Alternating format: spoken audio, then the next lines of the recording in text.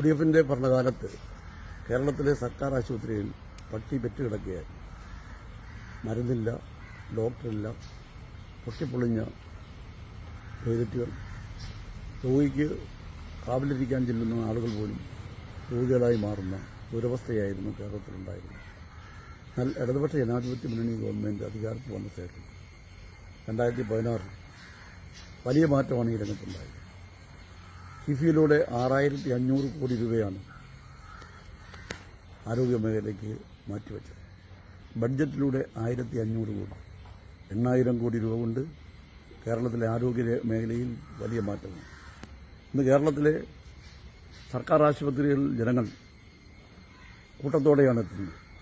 UDF-ന്റെ കാലത്ത് 8 കോടി ആളുകളാണ് ഒരു വർഷം സർക്കാർ ആശുപത്രിയിൽ എത്തിയിരുന്നെങ്കിൽ ഇന്ന് 13 കോടി ആളുകളാണ് സർക്കാർ ആശുപത്രിയിൽ എത്തുന്നത്. മെഡിക്കൽ കോളേജുകളെല്ലാം തന്നെ അവയവ മാറ്റ ശസ്ത്രക്രിയ നടത്തുന്നു. കോട്ടയം മെഡിക്കൽ കോളേജ് ഇന്ത്യയിലെ തന്നെ ഏറ്റവും മെച്ചപ്പെട്ട മെഡിക്കൽ കോളേജാണ്. ദിവസവും 7000 രോഗികളാണ് കോട്ടയം മെഡിക്കൽ കോളേജിൽ. അവിടെ കരൾമാറ്റ ശസ്ത്രക്രിയ, ഹൃദയമാറ്റ ശസ്ത്രക്രിയ, മറ്റ് അവയവമാറ്റ ശസ്ത്രക്രിയ എല്ലാം വിജയകരമാണ്. അതിന്റെ ഫലമായി മുൻകാലങ്ങളിൽ സ്വകാര്യ ആശുപത്രികൾ 40-50 ലക്ഷം രൂപ വാങ്ങിക്കൊണ്ടിരുന്നത് സൗജന്യമായി ചെയ്യുന്ന ഒരു സ്ഥിതിയിലേക്കാണ്.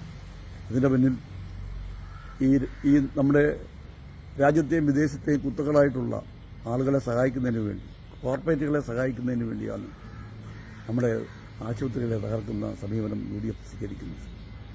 കോട്ടയം മെഡിക്കൽ കോളേജ് ഇപ്പോൾ തകർന്നു വീണ ടോയ്ലറ്റ്, ആ ബിൽഡിംഗ് 2012 അൺഫിറ്റാണെന്ന് PW റിപ്പോർട്ട് കൊടുത്തിട്ട് ഉമ്മൻചാണ്ടി അന്ന് കേരളത്തിലെ മുഖ്യമന്ത്രിയാണ്.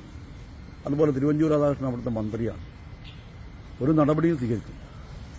2016 LDF ഗവൺമെന്റ് വന്ന ശേഷമാണ് അവിടെ കെട്ടിടം നിർമ്മിക്കുവാനും എല്ലാ നടപടിയും സ്വീകരിച്ചു. അതിന്റെ പണി പൂർത്തീകരിച്ചു.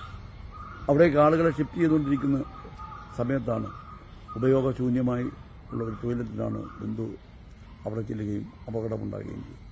അതിന്റെ പേരിൽ മന്ത്രിയെ കുറ്റപ്പെടുത്താനും മന്ത്രിയെ ആക്രമിക്കാനും വഴിയെ തടയാനും ഉള്ള കോൺഗ്രസിന്റെയും UDF-ന്റെയും നടപടിയെ CPM ശക്തമായി എതിർക്കും.